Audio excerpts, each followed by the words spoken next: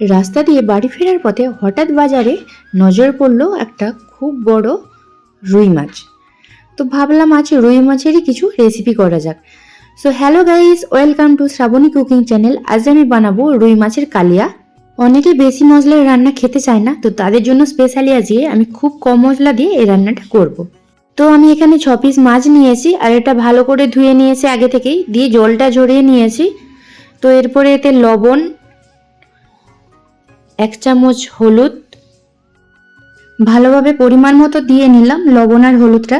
তখন এটা হাত দিয়ে ভালো করে মাখিয়ে নেব দু সাইড। এরকম সুন্দর করে দুই সাইডে মাখিয়ে নিচ্ছি সব মাছগুলোই। তোমরা চাইলে এতে কিছুটা পরিমাণ লঙ্কা গুঁড়ো আর রিফাইন অয়েলও অ্যাড করতে পারো। আমি যেহেতু বলেছি কম মশলাতে রান্না করব, সেই কারণে আমি দিলাম না। তো দেখো, এগুলো এখন সুন্দর করে মাখিয়ে নিয়েছি এইভাবে।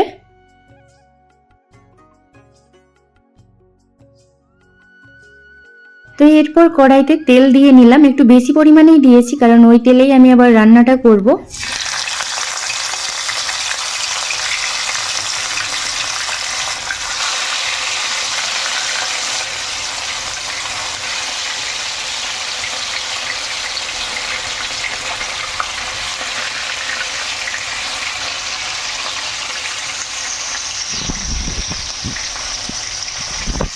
মাছটা ভাজার সময় গ্যাসের ফ্লেমটা সবসময় মিডিয়াম রাখার চেষ্টা করি, কারণ এতে করে মাছটা ভালো করে ভাজা হয়ে যাবে।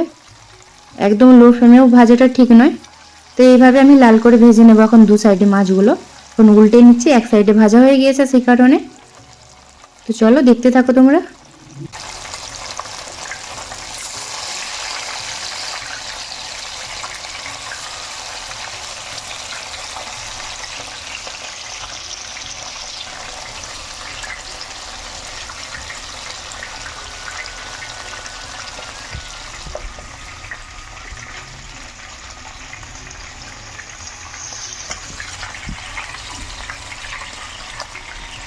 তো দু সাইডেই মাছটা সুন্দর করে এরকম ভেজে নিয়েছি, দেখতে পাচ্ছ তোমরা কত সুন্দর ভাজা হয়েছে মাছগুলো। এইভাবে সুন্দর করে ভেজে নিয়েছি, আর এখন এটা নামিয়ে নেব, ভাজা কমপ্লিট। এরপর ওই তেলেই তেজপাতা, শুকনো লঙ্কা দিয়ে দিলাম। একটু ভাজা হয়ে গেলে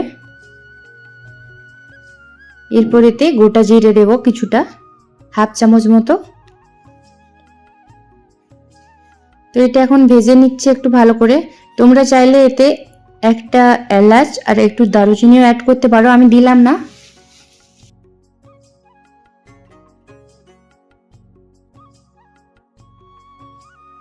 তো এগুলো এখন ভাজা হয়ে গিয়েছে আমার।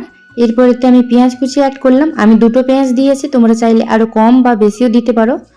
একটু আমি পেঁয়াজের পরিমাণটা বেশিই রেখেছি। তো এটা এখন ভালো করে ব্রাউন কালারের করে ভেজে নেব। হালকা করে পেঁয়াজটা একটু নেড়ে এরপর এতে পরিমাণ মতো লবণ অ্যাড করে দিলাম।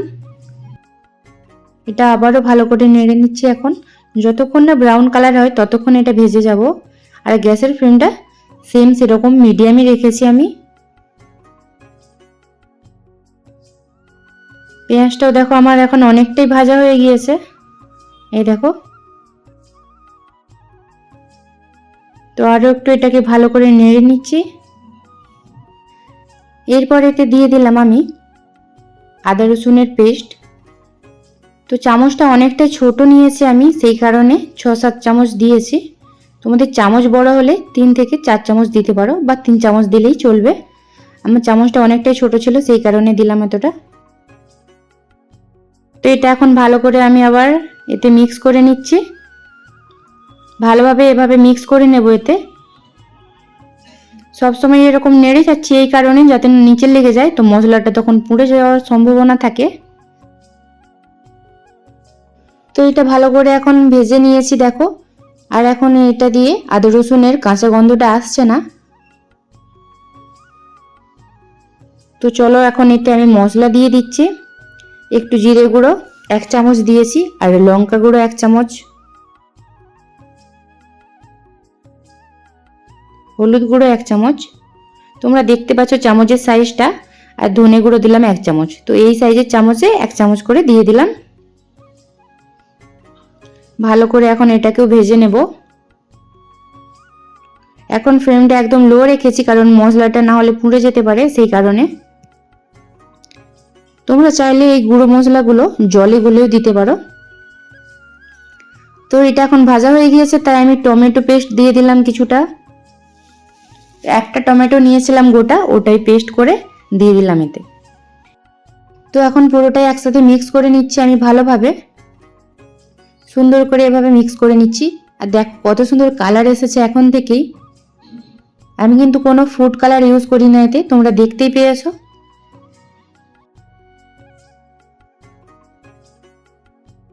তো আমার মশলা দিয়ে এখন তেল ছেড়ে আসছে, তার জন্য 1 কাপ জল অ্যাড করলাম এতে। তো জলটা দিয়ে আরো ভালো করে মিক্স করে নিচ্ছি আমি।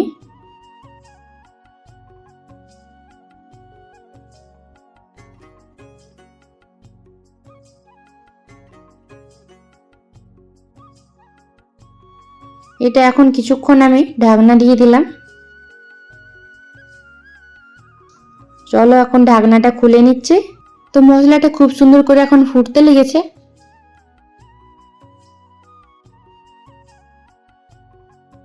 তো এটা এখন সুন্দর করে রেডি হয়ে গিয়েছে।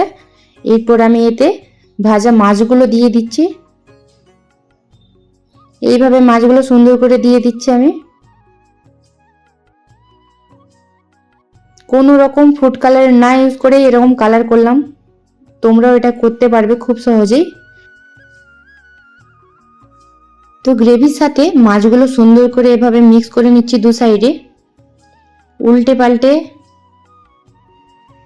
যেহেতু আমি জল খুব বেশি অ্যাড করি না, সেই কারণে উল্টে উল্টে এরকম মিক্স করে নিচ্ছি গ্রেভিটা সুন্দর করে। দু সাইডে যাতে গ্রেভিটা ভালোভাবে থাকে, মাছের ভেতরেও ঢুকে যাতে মশলাটা। তো চলো আবারও কিছুক্ষণ এটা ঢাকনা দিয়ে নিই আমি। তো কিছুক্ষণ ঢাকনা দেওয়ার পর আবার ঢাকনাটা খুলে নিলাম। দেখো মশলাটা অনেকটাই মাছের সাথে মিশে গিয়েছে। তো এরপর এতে অ্যাড করলাম কিছুটা পরিমাণ ধনেপাতা। ধনেপাতা স্মেলটা আমার খুব ভালো লাগে, তোমরা চাইলে এটা স্কিপও করতে পারো। আর দুটো চেরা কাঁচা লঙ্কা দিয়ে দিলাম।